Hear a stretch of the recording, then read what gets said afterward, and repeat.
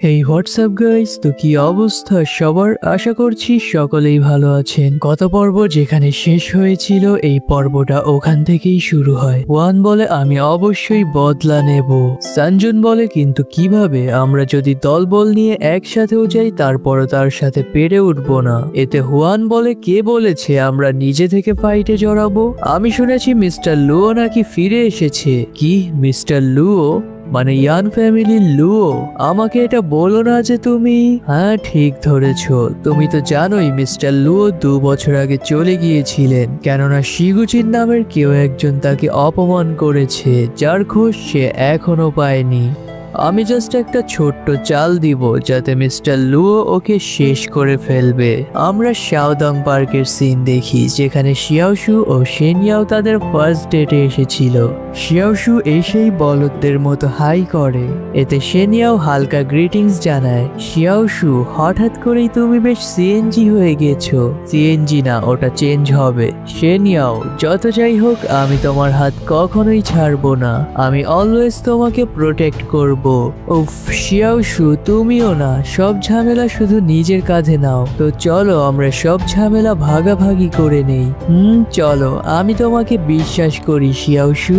এটা বলেই তারা সিঙ্গিং কন্টেস্টে পার্টিসিপেট করে, অতঃপর বোটে ঘোরাঘুরি করে, দেন পার্কে কিছুটা কোয়ালিটি টাইমে স্পেন্ড করে, আর সব শেষে তারা একটা ক্যাফে বসে যেখানে শিয়াওশুকে চিন্তিত দেখে শেনিয়াও হাতে একটা ক্যান্ডি নিয়ে বলে, চলো আমরা একটা গেম খেলি, গেস করো দেখি আমার কোন হাতে ক্যান্ডি। শিয়াওশু ভাবে এটা তো আমার জন্য পানির মতো সোজা। এটা বলেই রেডিয়েশন এনার্জি ইউজ করে লেফট হ্যান্ড চুজ করে। এতে শেনিয়াও আবারও একটা ক্যান্ডি নিয়ে বলে, এবার বলো তো দেখি কোন হাতে। শিয়াওশু আবারও লেফট হ্যান্ড চুজ করে আরো একটা ক্যান্ডি জিতে নেয়। তো শিয়াওশু বারবার সঠিক গেস করছে দেখে শেনিয়াও এর মুড অফ হয়ে যায়। আমাদের ভোলা ভালা শিয়াওশু তো আর এটা জানে না যে জিএফ এর সাথে খেলতে বসলে ইচ্ছে করেই হারতে হয়। শিয়াওশু উইন করতে করতে পুরো ক্যান্ডি প্যাকেট ফাঁকা করে ফেলে। হেই, তুমি বারবার কিভাবে জিতে যাচ্ছ?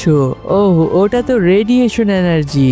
যা শুনে শেনিয়াও তার দিকে অ্যাংরি লুক নিয়ে তাকায়। এতে শিয়াওশু বলে, মজা করছিলাম, আমি জাস্ট তোমার মুভমেন্ট গুলো ভালোভাবে লক্ষ্য করছিলাম, আর কিছুই না। শিয়াওশু, তুমি কি আমার কাছ থেকে কিছু লুকোচ্ছ? এটা বলেই সে তার সাথে ঘটা সমস্ত গল্প শেনিয়াওকে খুলে বলে, যা শুনে শেনিয়াও তেমন একটা রিয়েক্ট করে না। শিয়াওশু আবার তার হাত ধরে তাকে একটা এনার্জি জেম গিফট করে। এটা তো একটা পিকক স্টোন, আর এটা খুবই সুন্দর। সিন কাট হয়। আপনি যেই নম্বরে কল করেছেন তা এই মুহূর্তে বন্ধ আছে, অনুগ্রহ করে আর কল করবেন না। বুঝলাম না, আজকে তো আমাদের ডেটে যাওয়ার কথা ছিল, সে এখনো আসছে না কেন? ইয়াও তো আগে কখনো এতটা লেট করেনি। অপেক্ষা করতে করতে 12টা গড়িয়ে একটা গড়িয়ে 2টা বেঁধে যায়, কিন্তু ইয়াও এর আসার কোনো নাম গন্ধই ছিল না। তখনই তার পাশ দিয়ে হেঁটে যাওয়া এক লোক অপর লোককে বলে, জেনশু, তুমি কি শুনেছো সিংহাই অ্যাপার্টমেন্ট থেকে একটা মেয়ে কিডন্যাপ হয়েছে? সেই সকাল থেকে ওখানে পুলিশরা ইনভেস্টিগেশন করছে। হেই ওয়েট, তারা কি এইমাত্র সিংহাই অ্যাপার্টমেন্ট বললো? ইয়াওরা তো ওখানেই থাকে। এটা বলেই রাস্তার মাঝ দিয়ে ছুটে যেতে থাকে আর বলে, না এরকমটা হতে পারে না। আমরা সিংহাই অ্যাপার্টমেন্টের সিন দেখি যেখানে শিয়াওশু ভিড় ঠেলে আগাতেই দেখে শেনিয়াও এর মা কান্না করছে। প্লিজ অফিসার, কিছু একটা করুন। আমি বাসায় এসে দেখি ইয়াওয়ের রুমে রক্ত মাখা ডল ঝুলছে, সাথে ইয়াওকে কোথাও খুঁজে পাওয়া যাচ্ছে না। আমার মন বলছে ইয়াওয়ের সাথে খারাপ কিছু হয়েছে। দয়া করে ইয়াওকে বাঁচান অফিসার, প্লিজ। মিস, আপনি শান্ত হন প্লিজ, আমরা এই পরিস্থিতিটা ইনভেস্টিগেট করছি। এগুলো দেখে তো শিয়াওশুর মাথায় কিছুই আসছিল না যে কে বা কেন শেনিয়াওকে কিডন্যাপ করলো। তখনই তার নজর পড়ে সানজুনের ওপর, যে ভিড় ঠেলে ওখান থেকে বেরোচ্ছিল। অতপর একটা সরু গলিতে ঢুকতেই তার সামনে শিয়াওশু অ্যাপিয়ার হয়, যার সাথে ধাক্কা খেয়ে সে না জেনেই তার কলার ধরে বসে। বাট শিয়াওশুর ফেস দেখে সে ভেজা বেড়াল বনে যায়। একটু সাবধানে চলাফেরা করো ভাই, না হয় ব্যথা পেয়ে যাবে। তোমাকে এতটা নার্ভাস দেখাচ্ছে কেন? আমার থেকে কি লুকোচ্ছ? কই না তো। যা শুনে শিয়াওশু তার পাওয়ারের একটা ঝলক দেখায়, যার অরা ফোর্সে পাশের দেওয়ালে ক্র্যাকস পড়ে যায়। সঞ্জুন, তুমি তো দেখতেই পাচ্ছ আমি এখন ভালো মুডে নেই, অতএব মার না খেতে চাইলে আমাকে সব খুলে বলো।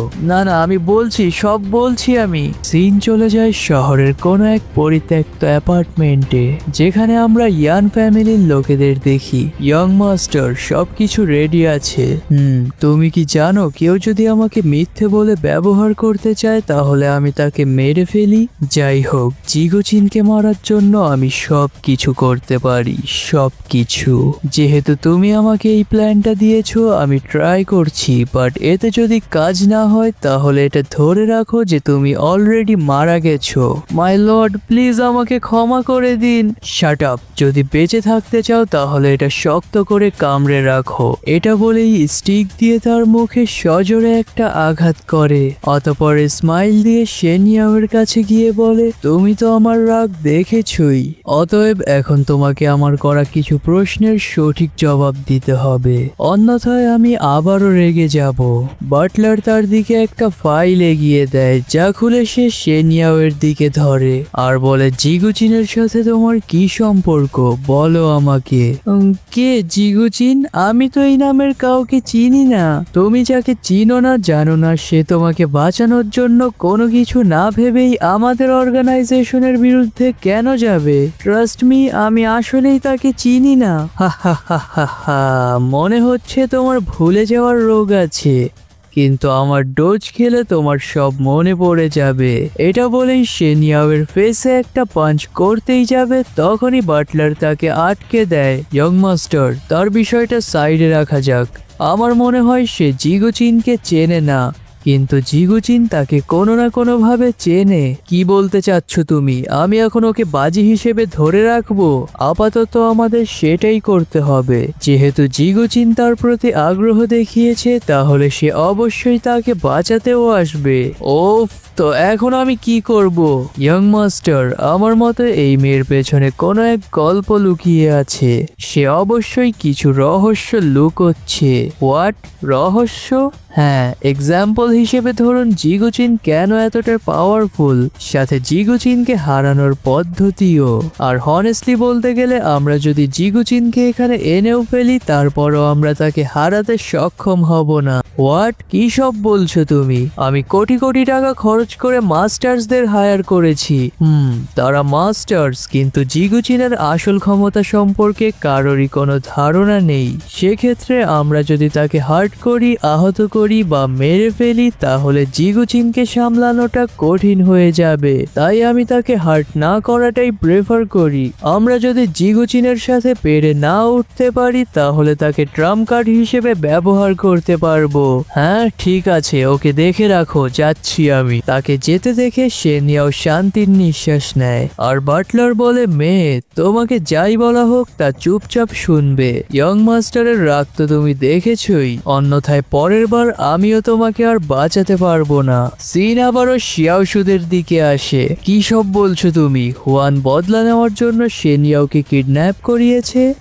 হ্যাঁ, সে তোমার সাথে ডিল করার জন্য লুও নামের এক মনস্টারকে ইনভলভ করেছে। কি, লুও? হ্যাঁ, তুমি কি তার ব্যাপারে শুনেছো? শিয়াওশু মাথা নাড়ায়। এতে সঞ্জুন বলে, অতীতের একটা ঘটনা শোনাচ্ছি তোমাকে। শহরের কোনো এক বড় বিজনেসম্যানের ছেলে লুওর সাথে মিসবিহেভ করেছিল। এতে সে তার আঙ্কালকে ডাকে, যার ব্যাকগ্রাউন্ড খুবই পাওয়ারফুল। আর তার আঙ্কালকে দেখে বিজনেসম্যান ও তার ছেলের ফার্স্ট ইমপ্রেশনই এরকম ছিল, মাথা গেড়ে ক্ষমার ভিক্ষা চেয়ে বসে পড়া।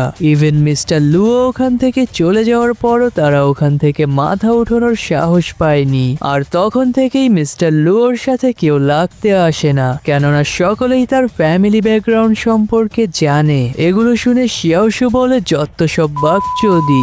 যাই হোক, এই জিগুচিনটা আবার কে? আর তারা এরকমটাই বা মনে করছে কেন যে ইয়াওকে ধরে নিয়ে গেলে তারা জিগুচিনের দেখা পাবে?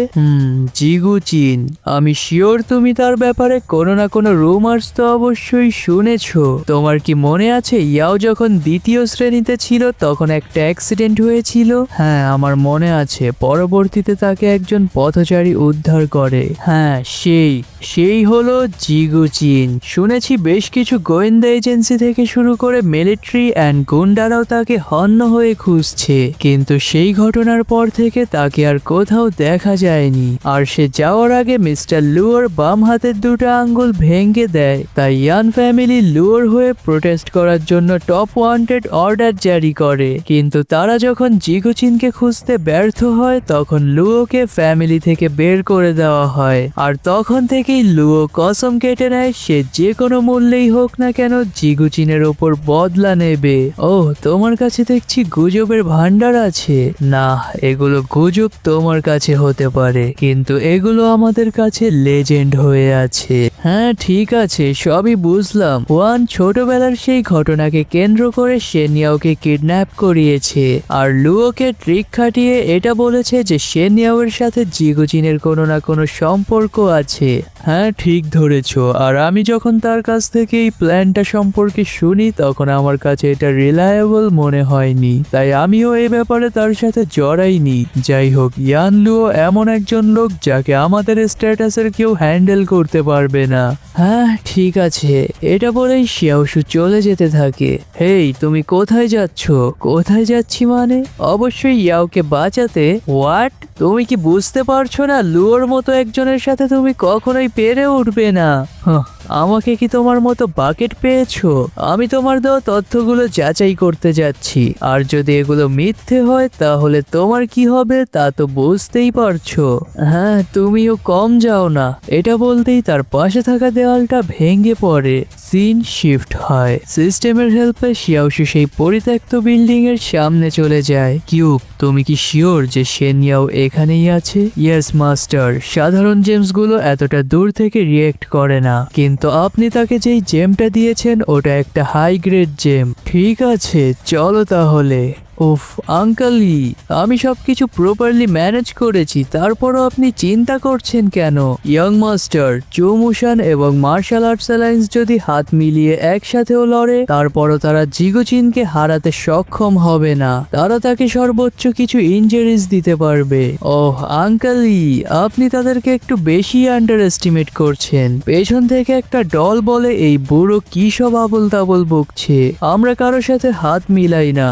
আর দ্বিতীয়ত, আমি এখানে বদলা নিতে এসেছি। তোমাদের এটা জানা দরকার যে আমি কারো হায়ার করা গোলাম না।